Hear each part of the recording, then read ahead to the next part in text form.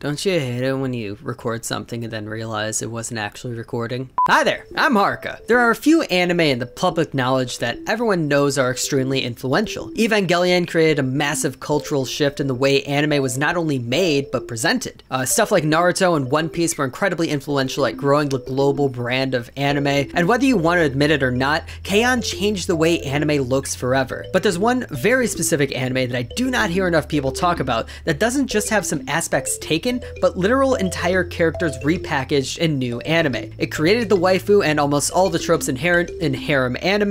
It was also pretty much the first high school slice of life anime, and all of its creators went on to revolutionize anime following their work on this show. Urusei Yatsura is quite possibly the most influential anime of all time, but not enough modern weebs know about it. And that's a problem I wish to remedy. The story is very simple. Yatsura gets stuck with having to play in a game of tag with an alien to decide the fate of the Earth. He wins, but then accidentally becomes betrothed to the alien he was battling with. Her name is Lum. That's just the first episode or so. Really, the entire show is a character-driven episodic adventure through Yatsura's new life with Lum. Since it's a character-driven show, let's talk about the characters. First of all, the main characters. Yatsura, he's mostly an asshole. That's kind of just who he is. He lives at the bottom of Maslow's pyramid. He must eat, sleep, and chase girls. Then there's Lum, a cute alien girl with green hair wearing a tiger print bikini. She's overly affectionate, calls Yatsura darling, but she gets very jealous and has electricity powers to shock him when she's jealous. And she flies. She also has a UFO that is relevant to the plot sometimes. Then there's Shinobu, a nice quiet girl with a gorilla grip strength.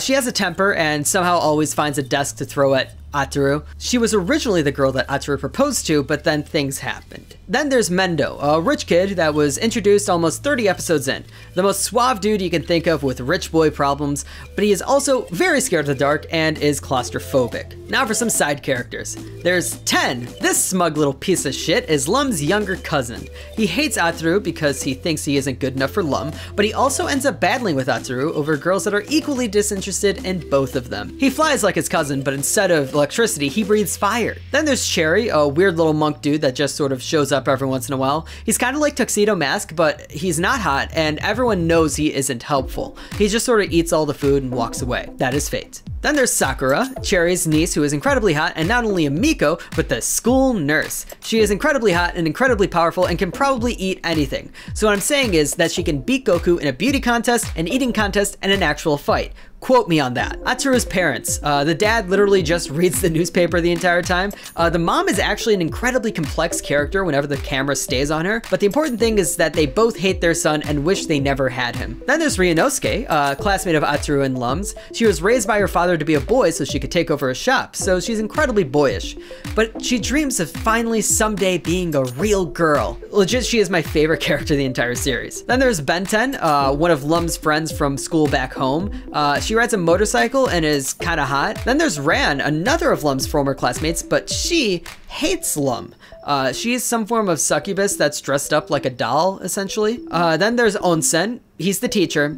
I just think he's funny. I wanted you to know about him. So I mentioned how a bunch of these people who worked on the show ended up doing amazing things in anime. So this was a manga written by Rumiko Takahashi. After this, she went on to make My Son Ikoku, the first major seinen romance. Then she made Ranma 1/2 and Inuyasha, which I'm sure you've probably heard of as some of older anime. The first half of this series was directed by Mamoru Oshii. He was the director of Ghost in the Shell, an idea he came up with as he was working on the second Urusei Yatsura movie. Then there's script writers like Kazunori Ito, who wrote the majority of scripts from episodes 25 to 55, as well as the first movie. He would go on to write Ghost in the Shell and the screenplay for Nausicaa. Then there's Shigeru Yanagawa, who wrote a lot of scripts from episodes 120 to 160.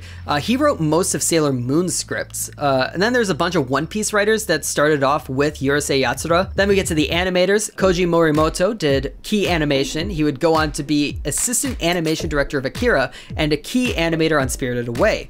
But the more fun thing is that he also founded Studio 4C and the Japanese Animators Union. Then there's Hiroyuki Kitakubo, who did some key animation as well. He ended up doing key animation for Akira, FLCL, and directed the original JoJo's anime. Then there's Takehiro Omori, who did In-Betweens for episode 142. He ended up directing Durara and Bakano. And then there's Hideaki Anno, whose first real anime gig was key animation for episode 133.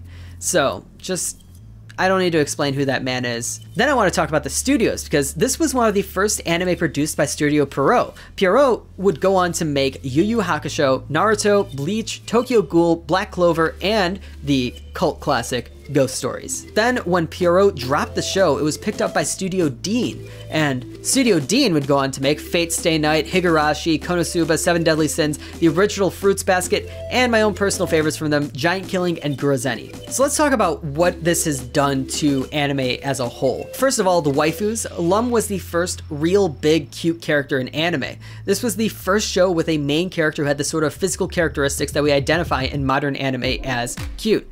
The big eyes, the bright hair, the skimpy clothes. If you ask an old otaku who their waifu is, I bet you they will say Lum. This was also sort of one of the first harem anime, as Ataru tries to get with as many girls as possible, but it's more like he's got one girl and is trying to gather more, and he is failing at it. Then there's the fact that it's slice of life. Nowadays, you can't get away from high school anime. This was one of the first of its kind to have school be a major setting. It's very easy to be the first to do something in anime if you were one of the first anime, but it's surprising that it took about a decade or so after anime really started chugging away before this style of story was developed. Its episodic nature is reminiscent of American cartoons at the time, but it was still at its core a slice of life. I think this is because Japanese animation studios used to work on some Hanna-Barbera cartoons and other various American cartoons, so that influence may be what's coming out here, but this is a high school slice of life anime. And then also the specific characters. Literally every school nurse is just a derivative of Sakura. Not a traditional tsundere, but Shinobu had a lot of traits that would be passed down to future tsunderes, like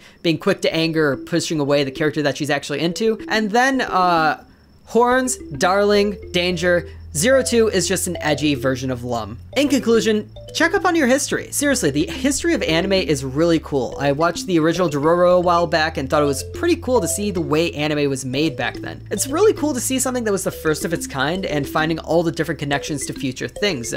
Things that people always find inspiration from. I have no clue how you can watch Urusei Yatsura legally, but that's a you problem. You figure it out. Hey, this is Editing Haruka here again. So, I made this video back in December, but there's been some recent developments. Literally on New Year's Eve, they announced that Urusei Yatsura was going to get remade this year, the year of our Lord 2022, over 20 years after the last movie, though.